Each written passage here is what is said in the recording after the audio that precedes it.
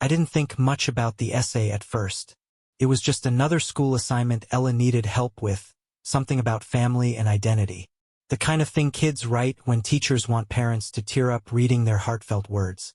I was sitting at the dining table, balancing a mug of lukewarm coffee in one hand and a red pen in the other.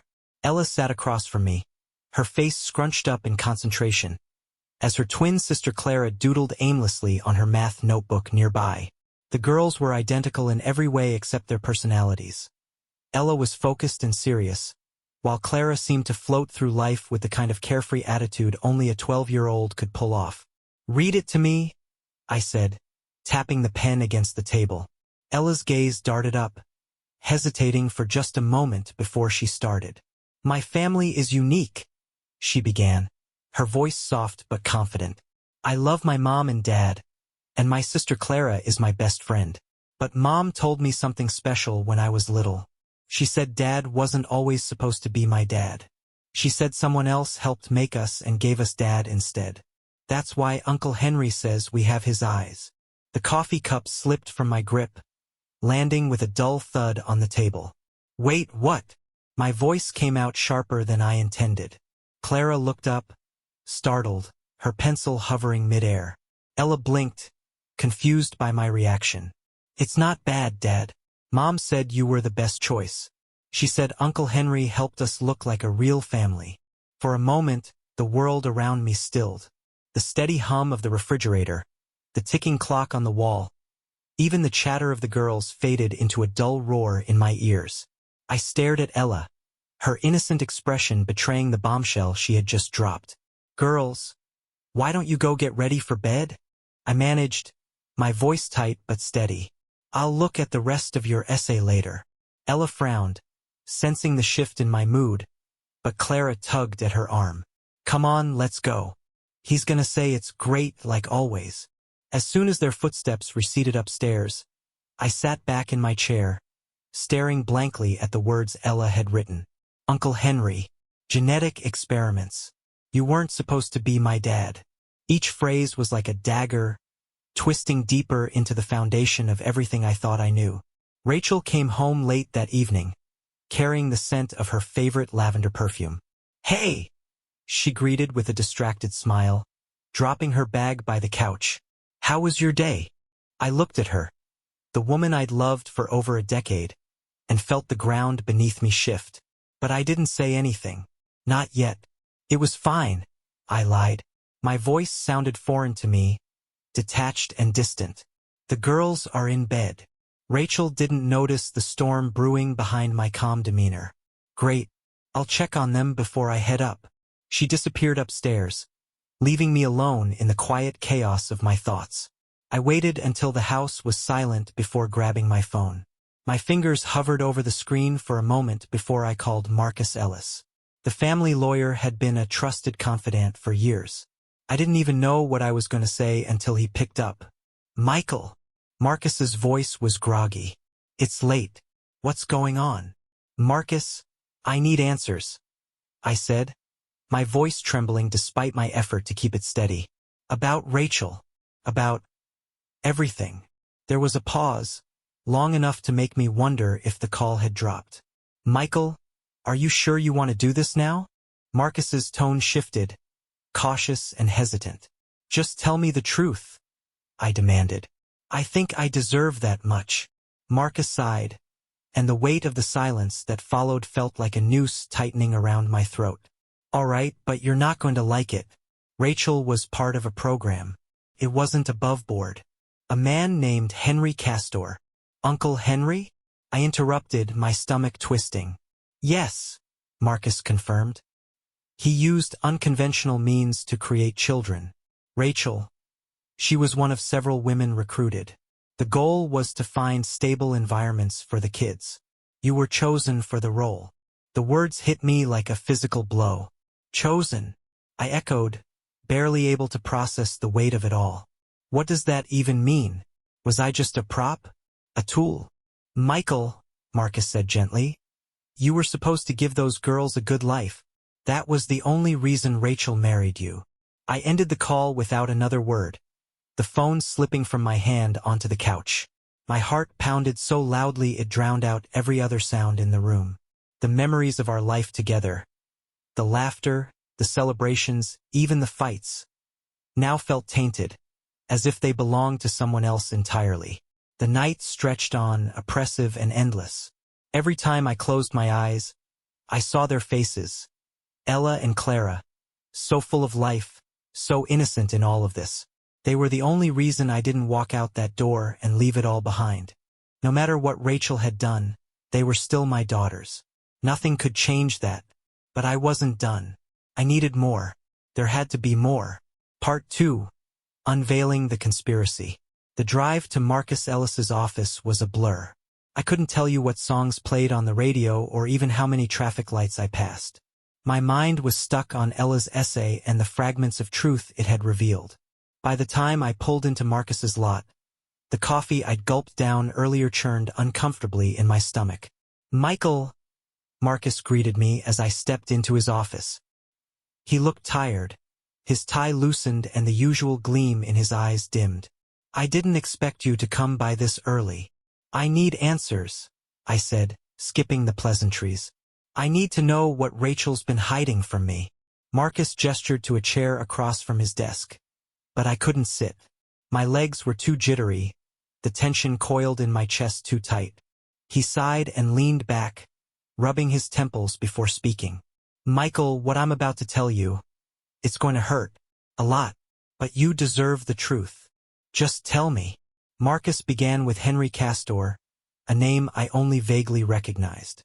I'd seen him once at a fundraiser Rachel had dragged me to. A man with an unervingly smooth smile and eyes that seemed to see right through you. What I didn't know was that Henry wasn't just a biotech magnate. He was the orchestrator of something far darker. Henry was conducting fertility experiments, Marcus said. Unethical, illegal experiments. He used his own genetic material to father children, bypassing every legal and ethical boundary imaginable. The room seemed to tilt for a moment, and I gripped the back of the chair for balance. And Rachel? What was her role in all of this?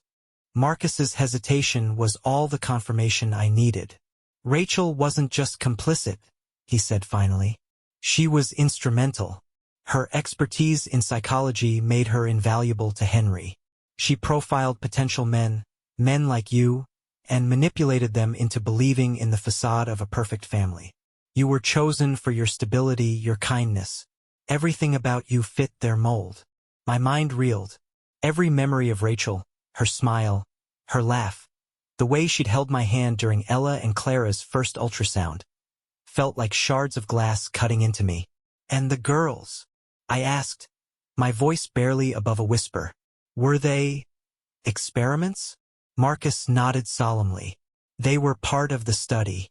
Every visit to Henry's estate wasn't for family bonding. They were genetic evaluations. Rachel knew, Michael. She's known from the start." The weight of his words crushed me. The life I thought I'd built with Rachel wasn't real. I wasn't Ella and Clara's father. I was their caretaker, a pawn in a scheme I'd never agreed to be part of. "Why didn't you tell me sooner?" I demanded, anger bubbling beneath the surface. "I didn't know the full extent until recently," Marcus admitted. "And even then, Rachel made it clear that revealing anything would put people, your daughters, in danger." "Danger from who? Henry?" Marcus hesitated, then nodded. "Henry has a lot of power, Michael. People who've tried to expose him before. They haven't fared well." I stood there, staring at Marcus as if he'd suddenly transformed into a stranger. The man who had been our family lawyer for years now felt like part of the conspiracy, even if unintentionally. My thoughts were interrupted by his next words.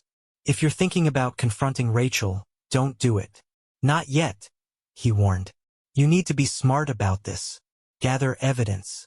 Build a case. If you act on emotion, you'll lose, and worse, your daughters could get caught in the crossfire." He was right, as much as I hated to admit it. If I wanted to protect Ella and Clara, I couldn't let my anger drive me. "Do you know anyone who can help?" I asked. Marcus nodded. "Derek Ward. He's a private investigator, and he's worked on cases like this before. He doesn't scare easily. I called Derek that afternoon. He answered on the second ring, his voice gruff but professional. After a brief explanation, he agreed to meet me the next day at a diner on the edge of town. The rest of the day passed in a haze. I avoided Rachel as much as possible, retreating to the garage under the guise of fixing a broken shelf. In reality, I was staring at old family photos, trying to decipher if there had ever been a moment of truth in our relationship. When Rachel finally asked if something was wrong, I forced a smile and said, "Just tired. Long day." The next morning, I arrived at the diner early. Derek was already there, nursing a cup of black coffee and scanning the room with a sharp, calculating gaze. He was tall and broad-shouldered, with a presence that seemed to command attention without effort. "You must be Michael," he said, standing to shake my hand. His grip was firm, his eyes piercing. "Thanks for meeting me," I said, sliding into the booth across from him. "I've heard the basics from Marcus," Derek said, leaning forward. "But I need the full story if I'm going to help you." I told him everything. From Ella's essay to Marcus's revelations, I laid it all out, each word feeling like a weight lifted and a new one added simultaneously. Derek listened intently, his expression unreadable until I finished. "You're in deep," he said finally. "But I've dealt with worse. If Henry's behind this, we'll need more than a few breadcrumbs to bring him down. What do we do first?" Derek smirked, a glint of determination in his eyes. "We start digging. And we don't stop until we've got enough to bring the whole thing crashing down." As I left the diner, I felt a flicker of hope for the first time since Ella's words had turned my world upside down. Henry and Rachel had built their conspiracy on lies and manipulation, but they hadn't counted on one thing, my resolve. This wasn't just about uncovering the truth anymore. It was about protecting my daughters, and I would stop at nothing to do it. The air was thick with the weight of secrecy as I sat in Derek's car, watching the unassuming suburban house down the street. The house wasn't much different from mine. 2 stories, white shutters, and a front lawn that had seen better days. Inside, Rachel's so-called support group was meeting. I had known about these gatherings for years. Rachel had painted them as essential for her mental health, a place where mothers could lean on each other and share their struggles. But according to Derek's research, they were far from innocent. "Let's see what your wife's been up to," Derek said, adjusting the focus on his surveillance equipment. Through the camera's lens, we could see families arriving, their interactions looking painfully normal. Dads unloading toddlers, moms carrying dishes. But normal didn't explain the identical patterns Derek had uncovered. Each family followed the same script. A devoted father, oblivious to the truth, and a wife deeply tied to Henry Castor's web. Inside the house, Rachel stood in the center of the group, her gestures animated as she addressed the room. The audio feed crackled to life as Derek fine-tuned it.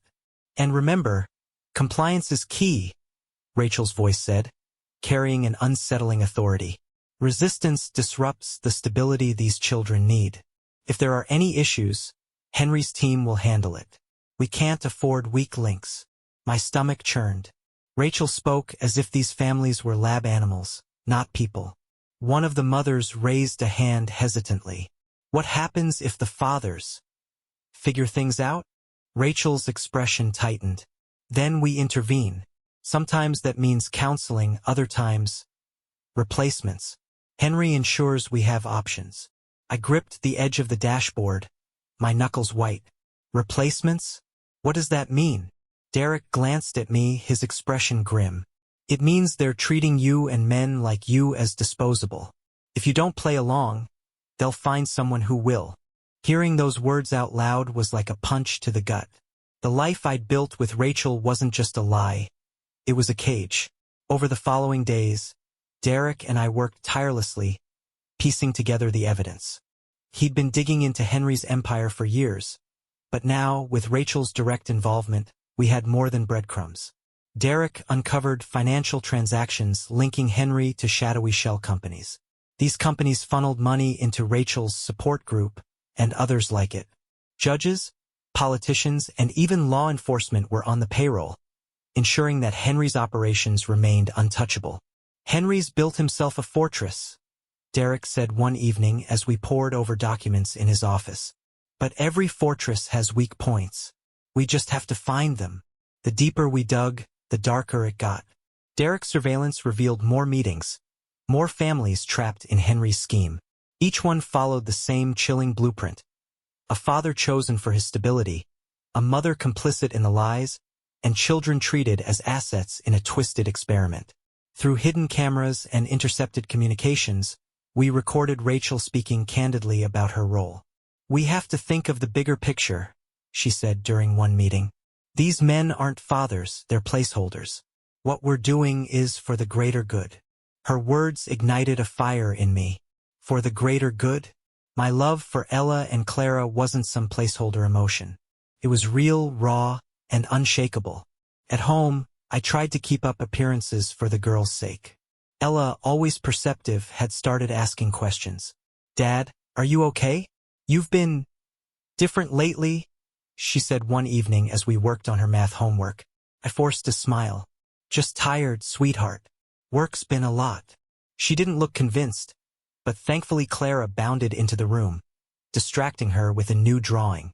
Every interaction with my daughters strengthened my resolve. They deserved better than to be pawns in Henry and Rachel's game. The breaking point came late one night when Derek sent me an urgent text. He'd uncovered video recordings from inside the support group meetings. These weren't just casual discussions, they were strategy sessions, detailing how to manipulate and control the fathers.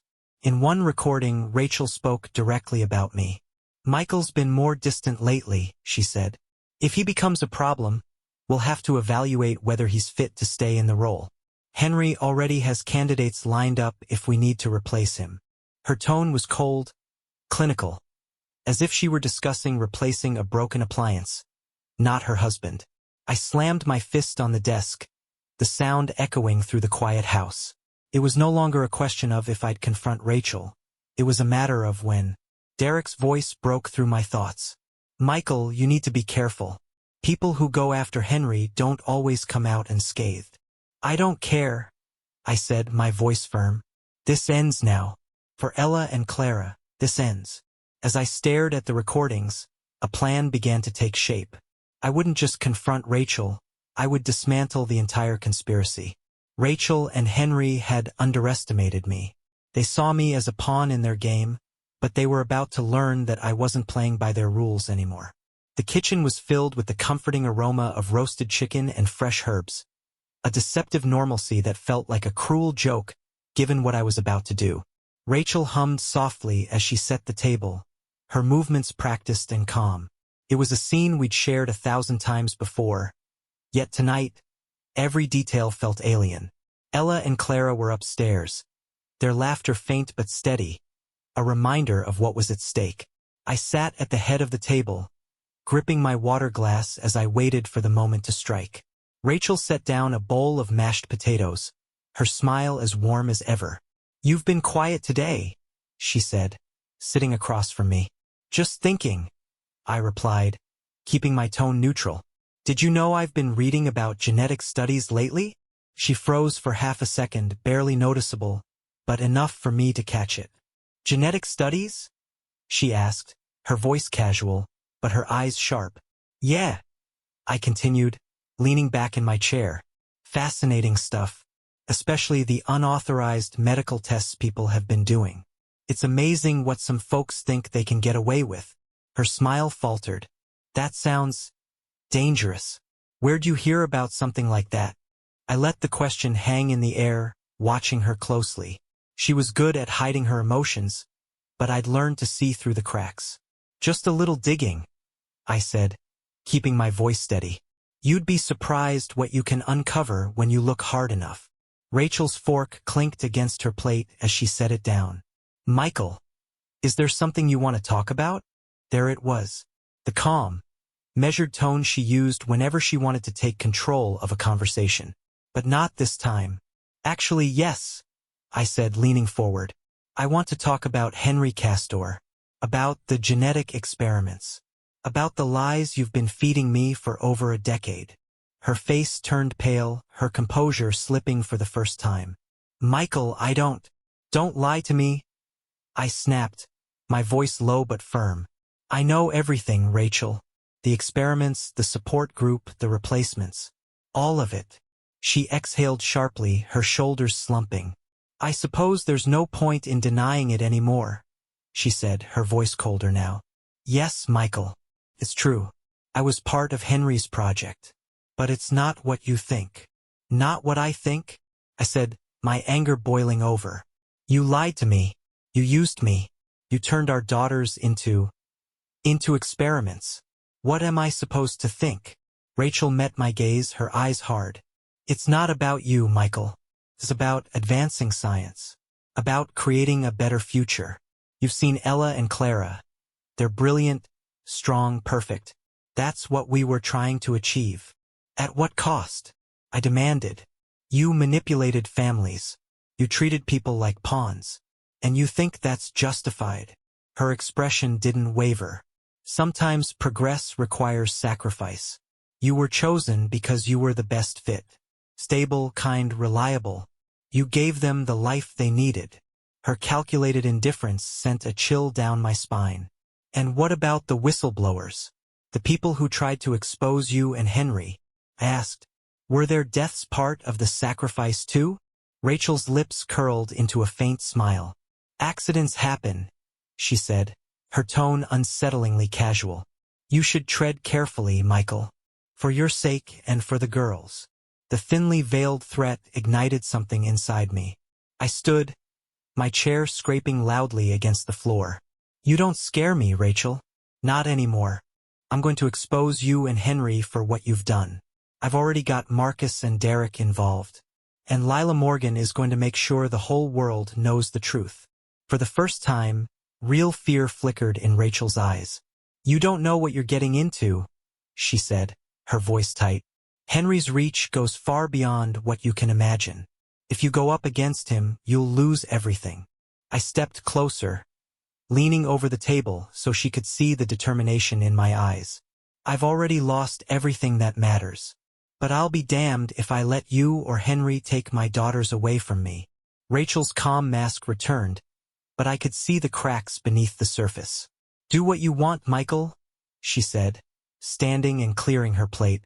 But don't say I didn't warn you. As she disappeared into the kitchen, I felt a wave of exhaustion wash over me. The confrontation had taken everything I had, but it had also solidified my resolve. Rachel wasn't going to back down, and neither was I. That night, I called Marcus, Derek, and Lila, laying out the next steps in our plan. We were going to expose Henry and Rachel, no matter the cost. For the first time in weeks, I felt a sense of purpose. I wasn't just fighting for the truth. I was fighting for Ella and Clara, for the future they deserved. The battle was far from over, but I was ready. The knock at my door came early, just as the first rays of sunlight were breaking through the blinds. 2 uniformed Child Protective Services agents stood on my porch, their presence an ominous shadow against the start of the day. Mr. Hayes, we need to speak with you, the taller of the 2 said, holding up an official-looking document. My chest tightened. What's this about? We've received allegations of abuse in your household, the other agent said, her tone neutral but firm. For a moment, I couldn't breathe. Rachel had made her move. The CPS interview was grueling, every question feeling like a jab at my character. But I had anticipated Rachel's retaliation.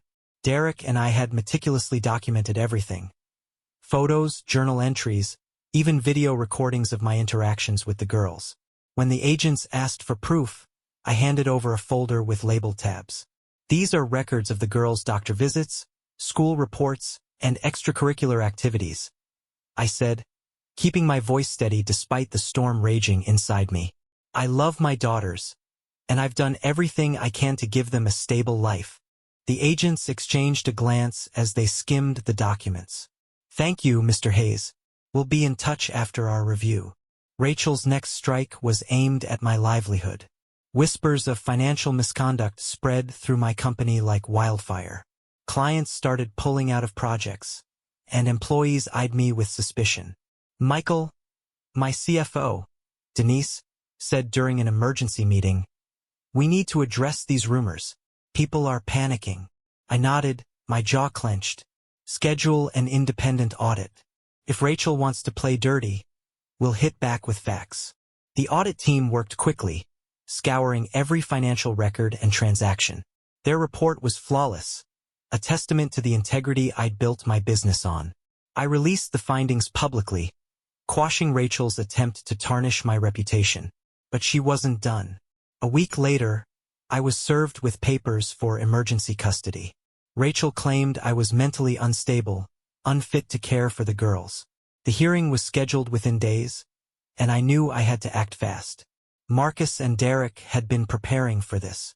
We called on Dr. Fiona Brooks, a former scientist from Henry Castor's company who had come forward as a whistleblower. Fiona's testimony was damning. Henry's experiments were far from ethical, she told the court, her voice steady despite the gravity of her words. 17 children died during failed trials before Ella and Clara were born. Rachel Quinn was instrumental in recruiting families and ensuring their compliance. The courtroom fell silent as Fiona recounted the horrors of the experiments, the genetic manipulation, the disregard for human life, and the calculated manipulation of unsuspecting families. Rachel didn't just know about these experiments, Fiona concluded. She was a key player in making them happen. Rachel's lawyer tried to discredit Fiona, questioning her motives and integrity. But Derek had anticipated this too. We presented internal documents Fiona had provided, including emails with Rachel's name on them, approving experiments and discussing potential replacements for uncooperative fathers. The evidence was overwhelming. When it was my turn to speak, I kept my focus on Ella and Clara. I'm not perfect, I told the court, but my daughters are my world. Everything I've done has been to protect them from the lies and manipulations that have surrounded us. They deserve to grow up in a home where they're loved, not treated like science experiments. The judge's decision came swiftly. Based on the evidence presented, she said, the court grants temporary sole custody of Ella and Clara to Michael Hayes. Furthermore, this court orders an immediate investigation into Rachel Quinn and Henry Castor's operations. Rachel's face twisted in fury, but she said nothing as the ruling was read. When we left the courthouse, Ella ran to me, throwing her arms around my waist. Dad, does this mean we're staying with you? She asked, her voice trembling. I knelt to her level, brushing a strand of hair from her face. Yes, sweetheart, you're staying with me. Clara hugged me too, her small voice muffled against my chest. We love you, Dad. Tears welled in my eyes, but I held them back. The fight was far from over, but in that moment, I knew I'd won something more important than any legal battle. As Marcus, Derek, and I regrouped that evening, I felt a renewed sense of determination. Rachel and Henry wouldn't go down without a fight, but neither would I. This is just the beginning, Derek said, sliding a folder across the table. We've got more leads to follow. If we're going to bring down Henry's empire, we need to keep pushing. I nodded, flipping through the folder. Each page was a step closer to exposing the truth. For Ella and Clara, I would keep fighting. For every family manipulated and discarded by Rachel and Henry's schemes, I would see this through to the end. The courthouse buzzed with activity as I approached its grand entrance, my every step weighed down by the magnitude of what lay ahead. The trials of Henry Castor and Rachel Quinn had captured the nation's attention, dominating headlines and sparking endless debate about ethics, science, and morality. For me, it wasn't about headlines, it was about closure. I took a deep breath and stepped inside. The trial against Henry was a spectacle, the courtroom packed with reporters and spectators eager for every salacious detail. His defense team, a cadre of high-priced lawyers, argued that his experiments were in the name of scientific progress. But the evidence Derek and I had collected with Marcus's help painted a far darker picture. Emails, financial records, and testimonies from whistleblowers like Dr. Fiona Brooks revealed the full scope of Henry's empire. Unethical experimentation, fraudulent medical trials, and the tragic deaths of 17 children. Fiona's testimony was especially gut-wrenching, detailing how safety protocols were ignored in pursuit of faster results. When it was my turn to testify, I faced Henry directly. I trusted my wife, I began, my voice steady despite the lump in my throat. I believed I was building a family. But that trust was used against me to perpetuate a system that treated children as tools and families as experiments. Henry Castor doesn't see people. He sees assets. Henry didn't flinch. He sat there, his face impassive, as if the trial was just another business meeting. But the jury wasn't unmoved. The verdict came after weeks of testimony and deliberation. On the charges of illegal human experimentation, fraud, and second-degree murder, we find the defendant, Henry Castor, guilty. The courtroom erupted. Reporters scrambled to capture the moment, their cameras flashing as the judge sentenced Henry to multiple life sentences without the possibility of parole. I exhaled deeply, a weight lifting from my chest. But there was still one more trial. Rachel's trial was no less intense. Her defense attempted to paint her as a victim, coerced into compliance by Henry's power and influence. But the meticulous records Rachel had kept, notes, emails, even video logs, proved her full complicity. The prosecution leaned heavily on her own words. In one email, she had written, "Our work may be controversial, but it's necessary. The families we choose are selected for their stability and malleability. If one father resists, we replace him." When I took the stand, I shared the story of how I discovered the truth, from Ella's essay to the confrontation at our dinner table. Rachel wasn't coerced, I said firmly. She believed in what she was doing. She manipulated me, my daughters, and countless other families to serve her vision of a greater good. Rachel avoided my gaze, her expression a mix of defiance and something that almost looked like regret. The jury's decision was swift. On the charges of conspiracy, fraud, and endangerment, we find the defendant, Rachel Quinn, guilty. The judge's gavel struck like a final chord. Rachel was sentenced to 20 years in prison. As she was led away, she finally looked at me, her face unreadable. With the trials over, the media frenzy slowly began to die down. But for the families impacted by Henry and Rachel's schemes, the scars would take much longer to heal. I decided to channel my anger and grief into something meaningful. With Derek, Fiona, and Marcus's help, I established a support network for families like mine, people who had been manipulated into Henry's experiments. We shared our stories, offered each other comfort, and worked to rebuild our lives. Ella and Clara struggled to make sense of everything, but their resilience amazed me. One evening, as we sat on the porch watching the sunset, Ella turned to me. "Dad, does it matter that Henry's, biologically connected to us?" "No," I said, wrapping an arm around her. "Family isn't about biology. It's about love and the choices we make every day. You and Clara will always be my daughters, no matter what." Clara, leaning against my other side, nodded. "We don't need him. We've got you." Their words brought tears to my eyes. Life didn't return to normal. It found a new rhythm. There were still moments of doubt and pain, but there was also laughter, joy, and hope. Ella and Clara began to thrive again, their bond with me stronger than ever. And as I watched them grow into remarkable young women, I knew one thing for certain. Henry and Rachel might have tried to control our lives, but they didn't define them. We did. Justice had been delivered, and we were finally free to move forward. 2 years had passed, but the echoes of the trials still reverberated through my life. What began as a personal battle against betrayal and manipulation had grown into something far bigger, a mission to ensure no one else would endure what my family had. The foundation we established, the Integrity Initiative, had become a global force in the fight for medical ethics. What started as a small support network now monitored genetic research, advocated for stricter regulations, and provided aid to families affected by medical fraud. Dr. Fiona Brooks was at the helm of our research division, her unyielding dedication transforming her whistleblowing into a beacon of hope. Lila Morgan, whose investigative journalism had helped expose Henry's operations, now led our media and outreach programs, ensuring that abuses like his would never remain hidden again. At home, life was no less busy. Ella and Clara had found their own way to contribute to the foundation, running youth programs that supported children from similar backgrounds.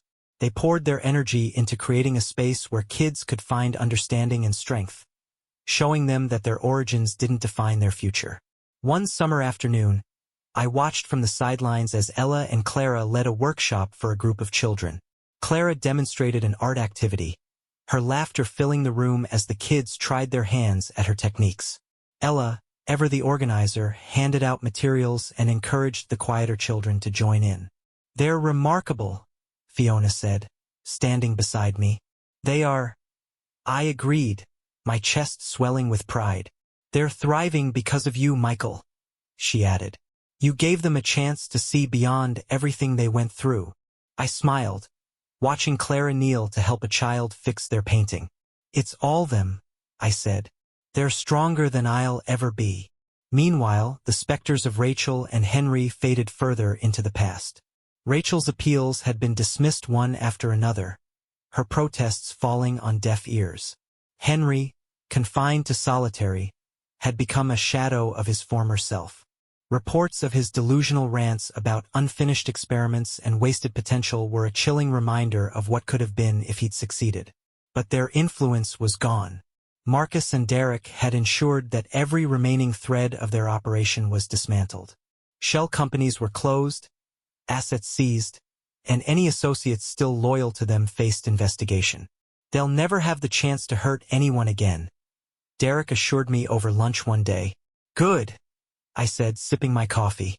"They've taken enough from this world." At home, life found a peaceful rhythm. The nights were filled with laughter and quiet conversations, the kind of moments I once feared would be lost forever. One evening, Clara sat at the kitchen counter, sketching designs for a new youth program logo. Ella joined me on the porch, watching the sunset paint the sky in warm hues of orange and pink. "Do you ever think about before?" she asked, her voice thoughtful. "All the time," I admitted. "Does it still hurt?" I turned to her, seeing the young woman she was becoming, strong, compassionate, and wise beyond her years. "Not as much as it used to," I said, "because I look at you and Clara, and I see everything that's good in this world." She smiled, leaning her head against my shoulder. "Thanks, Dad, for everything." The foundation continued to grow, its reach expanding into areas I never imagined. We partnered with universities, advocated for policy changes, and funded scholarships for aspiring bioethicists. Each success felt like a step toward ensuring the mistakes of the past wouldn't be repeated.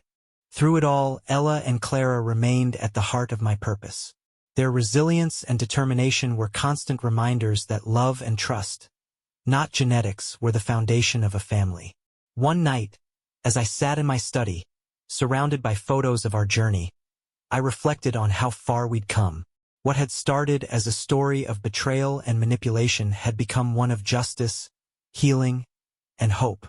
My phone buzzed with a message from Lila. "Another law passed. We're making waves, Michael."